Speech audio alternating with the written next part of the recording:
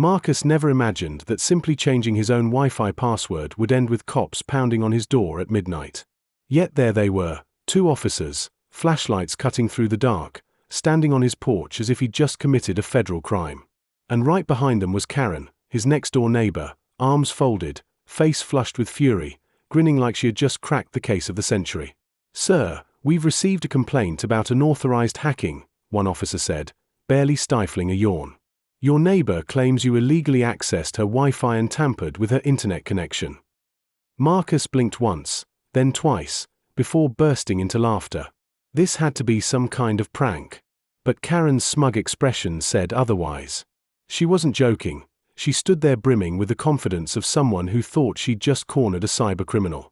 And yes, her oversized sunglasses were still perched on her head, despite it being pitch black outside. Marcus said, rubbing his temples. "Are you telling me I hacked your Wi-Fi? The Wi-Fi I pay for in my own house?" "Yes." Karen snapped. "I don't know how, but you did. My son and I have been using it just fine for months. Then suddenly, boom, no internet. And the only thing that changed? You messed with it." Marcus's brain stalled. She had just admitted, right in front of the police, to freeloading on his Wi-Fi. The officer sighed, looking like he regretted every life choice that led him here. "Sir, could you explain what happened?" Marcus exhaled. "Here's what happened. My internet was crawling. I checked my router and saw multiple devices connected that weren't mine. So, I changed my password. That's it. That's all I did." Karen gasped like he'd just confessed to arson. "Exactly. You cut off our access without warning. That's illegal." Marcus looked at the officers, expecting them to end this nonsense. Instead, they exchanged a glance, clearly deciding who would take this mess. Finally, the older one turned to Karen. Your neighbor has every right to change his password. It's his internet." Karen's face twisted.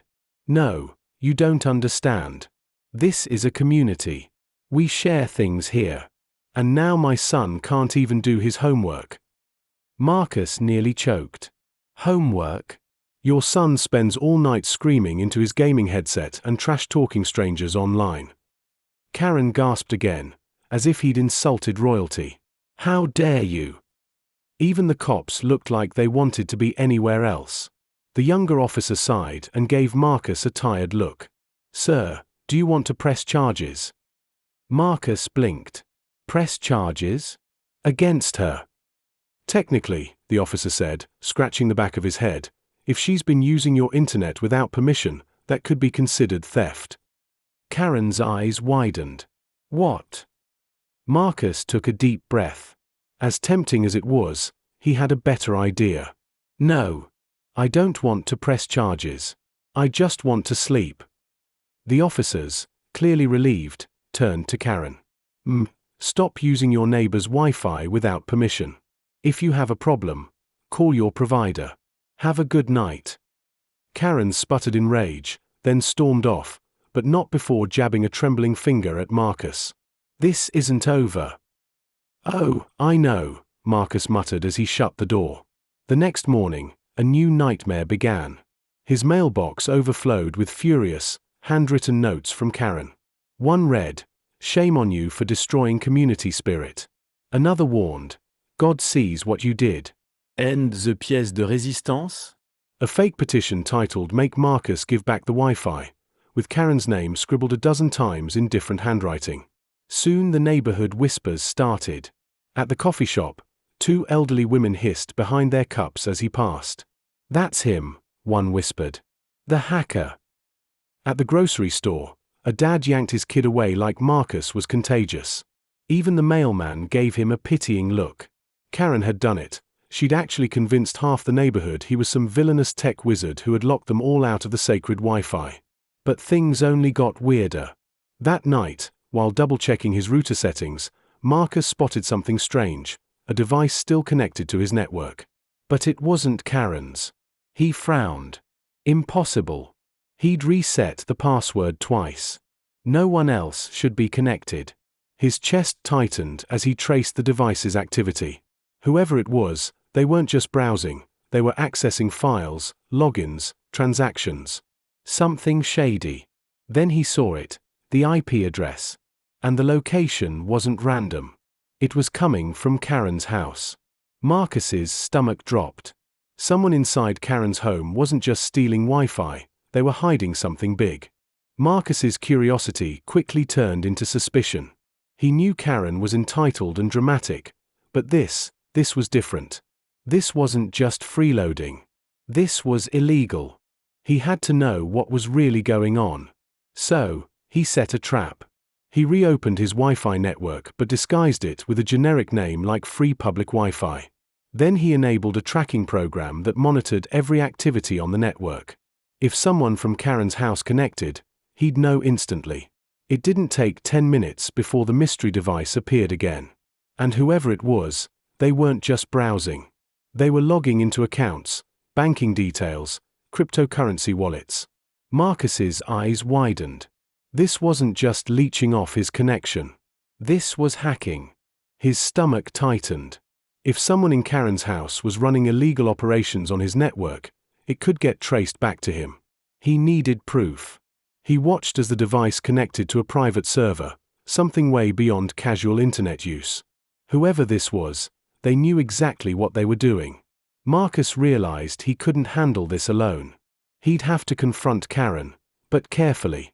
Marching over there with wild accusations would only backfire. She'd just twist the story and play victim. So, he prepared. He printed out logs, timestamps, and a detailed report of the device's activity. If she wanted to scream at him again, fine. But this time, he had hard evidence. When he knocked, Karen answered with a glare. "Oh, look who it is. Come to apologize." Marcus lifted the papers. "We need to talk." Karen rolled her eyes. "What now? Did I breathe too loud? Did my lawn offend you?" Marcus inhaled deeply. "Someone in your house is hacking accounts using my Wi-Fi." Karen blinked, her face momentarily blank. "What are you talking about?" Marcus handed her the papers. "These logs show a device connecting from your house. It's been accessing financial accounts, personal logins. Karen, this isn't just Wi-Fi theft. This is serious." Karen scanned the pages, frowning, then scoffed. "This is ridiculous. I don't even understand half of this." Marcus studied her expression. She wasn't lying. She truly had no clue. Which meant someone else in her house was behind it. And then, realization struck both of them at once. Karen's eyes narrowed, and she turned sharply toward the stairs. "Brad!" she yelled. A chill ran down Marcus's spine. "Oh no!" Footsteps thundered from upstairs. A teenage boy appeared at the landing, about 17, headphones around his neck, clutching a laptop so tightly his knuckles turned white. Karen shoved the papers in his direction. "Explain this." Brad's face drained of color. I don't know what that is." Karen's nostrils flared. "Marcus says someone here has been using his Wi-Fi. And hacking." Brad swallowed hard. "That's stupid. I don't know anything about that." Marcus noticed Brad's nervous eyes darting toward the door. The way he clung to that laptop, it was obvious. Karen's voice hardened. "Bradley, give me the laptop." Brad stepped back. "Mom, no. Now." Panic flickered across Brad's face. "It's mine, you can't just." Karen lunged and snatched the laptop before he could react. She stormed down the stairs with it clutched to her chest like a trophy. Brad froze at the top, pale as a ghost. Karen flipped it open. "Let's see what's so important that you—" She stopped mid-sentence. Her face twisted in horror. "Mom, please," Brad begged, stepping toward the stairs. "I can explain." Her voice was barely a whisper. "What is this?" Marcus peered over her shoulder. The screen showed a list of stolen accounts, streaming services, online banking logins, credit card numbers, cryptocurrency wallets, all under fake usernames. Marcus muttered a curse. He'd known it was bad, but this was felony level. Karen turned to her son, trembling. Brad, what have you been doing? It's nothing, okay? It's just streaming accounts. People share those all the time. Brad insisted, defensive. Marcus folded his arms. And the bank logins? The crypto wallets? You were stealing money. Karen looked sick. Her face went pale. Brad, they can trace this back to us. Brad opened his mouth, then shut it again. He knew. He had known this entire time. For the first time since Marcus had met her, Karen was speechless. She dropped the laptop onto the table like it was radioactive. Oh my God. Yeah, Marcus muttered. That's what I said. Karen shook her head violently. No. No, this isn't happening. This is your fault. She spun on Marcus, shrieking. You did something to make this happen. You've been out to get us since the day you moved in. Marcus just stared. Are you serious? Karen jabbed a finger at her son. Tell me the truth, Brad. Tell me Marcus hacked your laptop. Brad groaned. Mom, no. That's not. Karen clapped her hands over her ears. I don't want to hear it. We are fixing this. We're going to make this go away. Marcus barked a laugh. Karen, this isn't a parking ticket. Your son committed actual crimes. She ignored him, pacing like a trapped animal. Then, suddenly, she froze and looked at him with a manic gleam. You don't have to tell anyone, right? We can just forget this happened. Marcus raised a brow. You're joking. Her voice dropped to a whisper. I can bake you something. I make great cookies. Marcus blinked. I'm allergic to gluten. Karen's fists clenched. Fine. I'll pay you. He sighed. Lady, your son is committing cybercrimes. The cops would have found out eventually. Karen's face twisted with fury. You think you're so smart, don't you? And then, as if on cue, a heavy knock thundered at the front door. Brad froze. Karen's breath hitched. Her eyes darted toward the door. Marcus crossed his arms, smirking. Well, that was fast. The knock came again, louder. Then a deep voice thundered from the other side of the door. This is the FBI. We need to speak with Bradley Smith. Karen gasped. Brad looked ready to collapse. Marcus. He just smirked and sipped his coffee. The room went dead silent. Karen's face drained of color. Brad stood frozen, pale as paper, his hands twitching nervously at his sides. The knock came again, heavier, more impatient. The same voice repeated, each word hitting like a hammer. This is the FBI. We need to speak with Bradley Smith. Karen's eyes darted between the door and her son, her brain visibly short-circuiting. Suddenly she lunged, gripping Brad's arm in a panicked whisper. Go to your room. Delete everything. Now. Brad yanked free, shaking his head frantically. Mom, that's not how this works. They already know. Karen spun on Marcus, her expression flipping from fear to desperation. You did this. You called them. Marcus raised a brow. Lady, your kid's been committing cybercrimes for who knows how long. The only thing I did was stop him from using my Wi-Fi to do it. Her face twisted in fury, but before she could explode, another voice boomed from the door. Mrs. Smith, we know you're inside.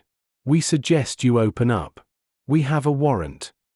Marcus let out a low whistle. Oh, a warrant. Yeah, that's bad news. Karen released a high-pitched squeal halfway between a shriek and a whimper. Her hands shook. Her breathing grew ragged. Then, completely deranged, she snatched Brad's laptop off the table and hurled it at Marcus. Take it. It's yours, she screamed. Marcus barely caught it before it hit the floor. He blinked at her, dumbfounded. What? They can't find it here. It's yours now. You planted it, she raved, waving wildly. Marcus exhaled slowly, trying to process just how far gone she was. Are you actually trying to frame me right now? Karen's eyes were wild. You had access to our Wi-Fi. That means you could have done it. You're the hacker. Marcus deadpanned. Karen, you literally just yelled delete everything 5 seconds ago. Brad groaned, dragging a hand down his face. Mom. Stop. Please. Karen spun back to him, grabbing his shoulders. Don't say another word. We deny everything. The pounding grew louder. Last warning. Open the door or we're coming in. Karen's breath came in shaky bursts. She turned toward the door, took one step, then bolted. Marcus blinked. Brad's jaw dropped. And then, crash. Karen launched herself through the backyard window. Glass shattered. A heavy thud echoed, followed by a groan. Marcus peeked out.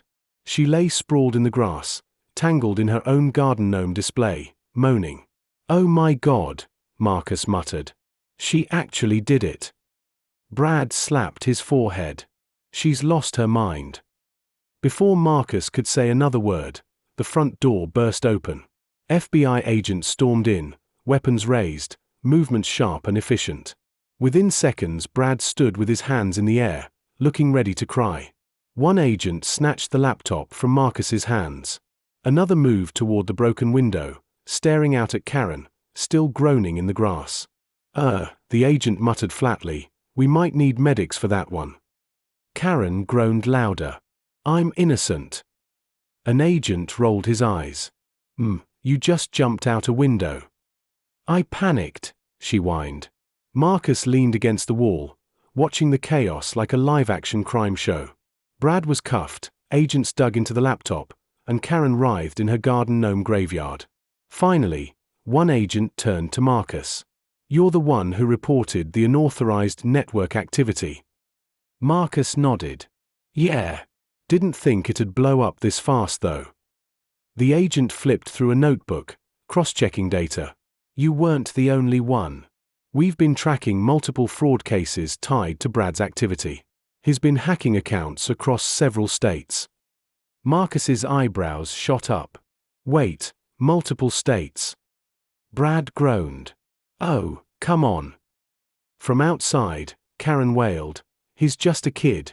You can't arrest a child. The nearest agent corrected bluntly. He's 18, legally an adult. Karen let out a noise somewhere between a sob and a banshee scream. But he didn't mean to. Brad sighed, exhausted. Mom. Stop talking. The agents ignored her and turned back to Marcus. We appreciate your cooperation. This could have gotten a lot worse unchecked. Marcus shrugged. I just wanted to change my Wi-Fi password. One of the agents chuckled. Well, you might have just saved a lot of people from identity theft. Meanwhile, Karen still flailed in the grass, pointing dramatically at Marcus. He's the real hacker. He framed my baby. An agent sighed, exchanging a look with his partner. We already have months of evidence tied to your son's accounts. We've been investigating for weeks. Karen's mouth opened, shut, then opened again. Finally, she slumped back into the grass. This is so unfair. Brad groaned. Can I just go to jail now? The FBI secured his laptop, cuffed him, and led him toward the door. At last, Karen scrambled to her feet, chasing after them. Wait. I'll get a lawyer. The front door slammed shut. Silence filled the house. Marcus exhaled and looked around. The house next door was finally silent, though the shattered glass from the broken window still glittered across the floor. Karen's mountain of complaint letters sat untouched on the counter, like relics of her crusade. For the first time in weeks, there was actual peace. Marcus let out a long breath, then headed back to his own home, making sure to lock the door behind him. Settling onto his couch, he opened his laptop and connected to his Wi-Fi without the usual gnawing worry that someone was hijacking it. By the next morning, the neighborhood was alive with gossip. Karen's place was empty. Brad was now facing several felony charges, and Karen herself had been seen angrily packing a moving truck, her face twisted into the same scowl she wore every time she screamed at Marcus. By noon, she was gone. Later, as Marcus tended to his plants in the front yard, George, the elderly neighbor, strolled past, giving him a subtle nod. "So," George said, "I heard Karen had to move out." Marcus allowed a smirk. "Yep." George chuckled. "Guess that means you won." Marcus drew in a deep breath, savoring the crisp, quiet air of a neighborhood finally free of chaos. "Oh," he said, smiling, "I definitely won." Days turned into weeks, and the street felt completely different without Karen's constant shouting echoing through the cul-de-sac. No more surprise rule checks, no more passive-aggressive notes taped to doors, and definitely no more neighborhood drama spilling onto Marcus's lawn. For the first time since moving in, Marcus felt like he could actually enjoy his house. He started hosting small barbecues on the weekends, and slowly the neighbors, who had once hidden from Karen, began coming out of their shells. Laughter replaced tension, and friendly waves replaced scowls. One evening, as Marcus carried a plate of burgers back outside, George leaned against the fence and said with a grin, "You know, son, this street hasn't been this peaceful in years. Guess it just took one stubborn guy with decent Wi-Fi to finally fix it." Marcus laughed. "I'll take that as a compliment." About a month later, Marcus came home to find an unfamiliar car parked outside his house. A sleek black sedan with tinted windows, the kind that didn't belong in their modest neighborhood. His stomach tightened as he walked up the driveway. Standing on his porch was a woman in a sharp gray suit, holding a file. "Marcus Green?" she asked. He nodded cautiously. "That's me." She handed him a card. "Special Agent Rebecca Taylor, Federal Property Crimes Task Force." Marcus blinked. FBI again? I thought we were done with all that." The agent gave him a steady look. "Not quite. Bradley Smith wasn't working alone." Marcus froze, the weight of her words settling in. She opened the file just enough for him to see a list of names, locations, and transaction records. Brad was only the tip of something much bigger. And somehow, Marcus was already tangled in it. Months later, the dust had finally settled. Brad was serving time, Karen had vanished from the neighborhood rumor mill, and the FBI task force had unraveled the wider network of cybercrimes that Brad had been part of. Marcus's street returned to the kind of quiet most people take for granted, but for him, it felt like a hard-won victory. He sat on his porch one evening, sipping coffee as the sun dipped below the rooftops. For the first time since moving in, he didn't feel like an outsider. The neighbors waved, kids rode bikes freely, and the air didn't carry the weight of constant conflict. George wandered by with his usual half-smile. "Never thought I'd see this place so calm," he said. Marcus chuckled. "Neither did I. Guess sometimes, you've got to go through chaos to finally get peace." Later that night, Marcus opened his laptop, not to check for intrusions, but to start writing down everything he had lived through. He knew people wouldn't believe half of it, but he wanted the story out there. At the top of the document, he typed the title, "The Karen Next Door, A True Neighborhood Nightmare." And just below it, he signed off with the name he'd chosen to share it under. Black in Story.